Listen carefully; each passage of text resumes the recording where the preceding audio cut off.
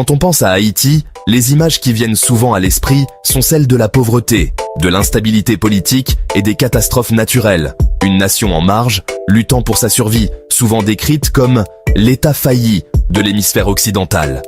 Mais cette perception, bien que fondée sur des réalités tragiques, occulte une vérité bien plus complexe et fondamentale. Car derrière le voile de la crise permanente se cache une importance géopolitique que les grandes puissances n'ont jamais, au grand jamais, oubliée. Haïti n'est pas seulement un pays de la Caraïbe, c'est un territoire stratégique, un pivot silencieux, un échiquier sur lequel se joue une partie d'influence depuis plus de 200 ans. Pour comprendre le présent tourmenté et l'avenir incertain d'Haïti, il faut d'abord déchiffrer sa géographie. Une géographie qui est à la fois sa plus grande bénédiction et sa plus terrible malédiction. Observez attentivement.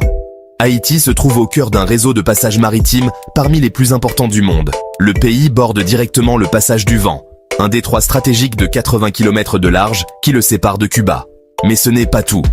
À l'est, le canal de la Mona, entre la République dominicaine et Porto Rico. Au nord-ouest, le canal du Yucatan. Ces trois détroits sont les portes d'entrée et de sortie obligatoires du golfe du Mexique et de la mer des Caraïbes. Ce ne sont pas de simples étendues d'eau, ce sont des autoroutes maritimes mondiales. Plus de 14 000 navires transitent chaque année par ces passages.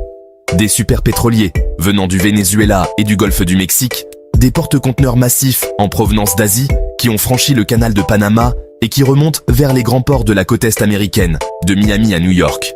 Le commerce de l'Amérique latine vers l'Europe transite également par ces eaux. Chaque jour, des milliards de dollars de marchandises dépendent de la fluidité de ce carrefour.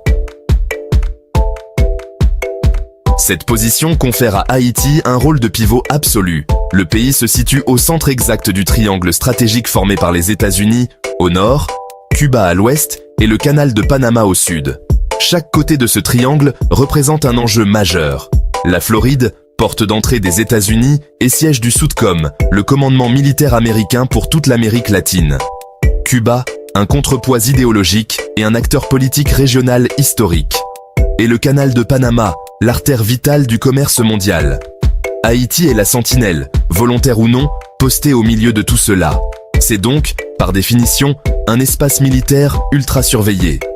Les États-Unis, via leur base de Guantanamo à Cuba, leurs puissants radars en Floride et à Porto Rico, et leurs patrouilles aériennes constantes, maintiennent une vigilance de tous les instants.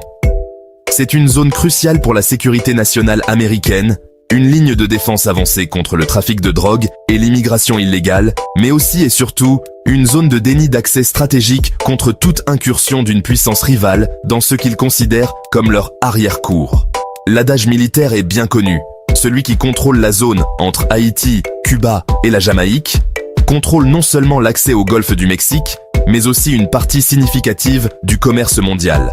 Une fermeture ou une déstabilisation de ce passage, ne serait-ce que pour 48 heures, par un blocus, un conflit ou même une catastrophe naturelle majeure, aurait des répercussions économiques en cascade sur toute la planète, retardant des livraisons et faisant flamber les coûts.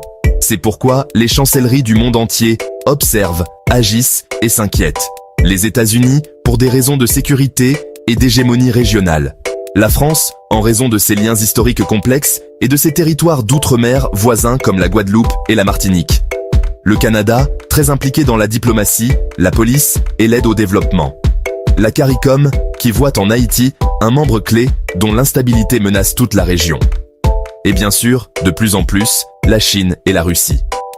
Ces nouvelles puissances voient en Haïti une opportunité d'étendre leur influence dans une zone traditionnellement dominée par Washington. Elles y avancent leurs pions avec patience, via des promesses d'investissement dans les infrastructures, des prêts avantageux ou des accords de coopération.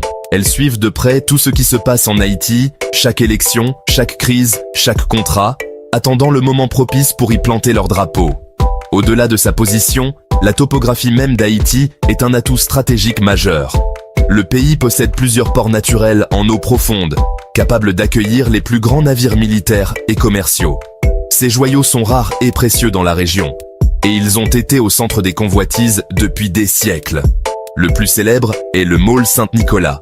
Situé à la pointe nord-ouest, face à Cuba, il est surnommé le Gibraltar des Caraïbes. Sa baie est si profonde, si vaste et si protégée des vents qu'elle pourrait abriter une flotte entière en toute sécurité. les États-Unis ont tenté de l'acquérir ou de le louer à de multiples reprises au cours de l'histoire. Plus à l'est, la baie de Fort-Liberté offre un autre port naturel exceptionnel, parfaitement abrité. Et que dire de la baie de Port-au-Prince elle-même, un immense port potentiel malgré son envasement actuel. Ajoutez à cela les points d'observation en altitude, comme la citadelle La Ferrière, qui domine toute la plaine nord et l'océan. Ces lieux ne sont pas que des vestiges historiques, ce sont des atouts géographiques permanents. Les puissances le savent, dans le grand jeu géopolitique du XXIe siècle, le contrôle des infrastructures est clé. Un port, une base, une station d'écoute, un point d'atterrage de câbles sous-marins, perdre de l'influence en Haïti, c'est risquer qu'un rival s'y installe. C'est permettre à une autre puissance de projeter sa force militaire, de surveiller les communications régionales, de perturber le commerce à sa guise. Pour Washington, c'est un scénario cauchemardesque. Pour Pékin ou Moscou, c'est un objectif stratégique. Alors, pourquoi, malgré cette importance capitale, Haïti reste-t-il embourbé dans une situation si précaire? C'est là toute la complexité de sa tragédie. Son importance stratégique attire les ingérences, qui alimentent l'instabilité politique et la corruption, qui elle-même justifie de nouvelles ingérences au nom de la stabilité. C'est un cercle vicieux qui dure depuis 2 siècles. Pour le comprendre, il faut analyser les 3 atouts majeurs que les puissances cherchent à contrôler. Premièrement, sa position maritime et militaire. Comme nous l'avons vu, contrôler les eaux haïtiennes ou y installer une base, c'est tenir un verrou sur le commerce des Amériques. C'est une évidence stratégique non négociable pour Washington, qui fera tout pour empêcher un rival de s'y implanter. C'est un objectif de long terme pour Pékin, qui cherche à sécuriser ses propres routes commerciales et à contester l'hégémonie américaine. Deuxièmement, son potentiel d'alliance et son poids symbolique. Haïti n'est pas une île isolée politiquement. En tant que première république noire indépendante, née d'une révolte d'esclaves victorieuse, elle possède une puissance symbolique immense, notamment en Afrique et dans la diaspora.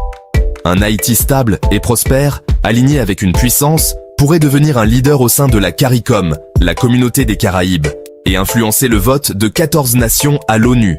À l'inverse, un Haïti qui basculerait dans l'orbite chinoise ou russe créerait une onde de choc diplomatique dans tout le continent.